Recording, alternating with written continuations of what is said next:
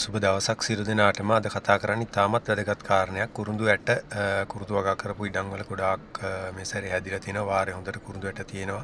ඉතින් ගොඩක් අය තියෙන ගැටලුවක් තමයි කුරුඳු ඇට කඩන්නේ කොයි අවස්ථාවේදී කියන එක සම්බන්ධයෙන් තියෙන ගැටලුව. ඉතින් සාමාන්‍යයෙන් කුරුඳු කිනිත්තක තියෙන ඇට කිහිපයක් අතින් පොඩි කරලා බලන්න ඇත්ත පොඩි වෙන ස්වභාවයක්. එහෙම නැත්නම් ඇට ඇතුලේ තියෙන පියලි පොඩි වෙන ස්වභාවයක් තියෙනවා නම් අතට පොඩි වෙනවා නම් ඒ ඇට කඩන්න එපා. ඉදිරිය නැත්නම් කඩන්න එපා.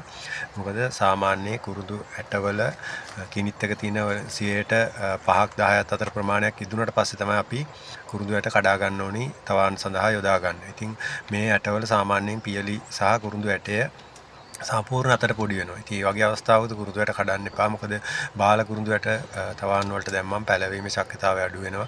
ඉතින් හොඳම තත්ත්වයේ කුරුඳු කිනිත් එක ඇට 5ක් 10ක්වත් අඩුම තරමේ ඉදිලා තියෙනවා නම් ඒ ස්වභාවයේ තියෙන කුරුඳු කිනිති පිටින් කඩලා ඔයගොල්ලන්ට පුළුවන් ඇට හදා ගන්න. ඉතින් හැමෝටම කියනවා මේ කියන උපදේශ වලට කරගෙන යන්න නැත්නම් තවාන් වලට බාල කුරුඳු ඇට ලැබෙනවා. ඉතින් ඒක තමයි මේ වීඩියෝ එකෙන් අරගෙන බලාපොරොත්තු වෙන්නේ. හැමෝටම සුබ දවසක් කියලා ප්‍රාර්ථනා කරනවා. ස්තුතියි.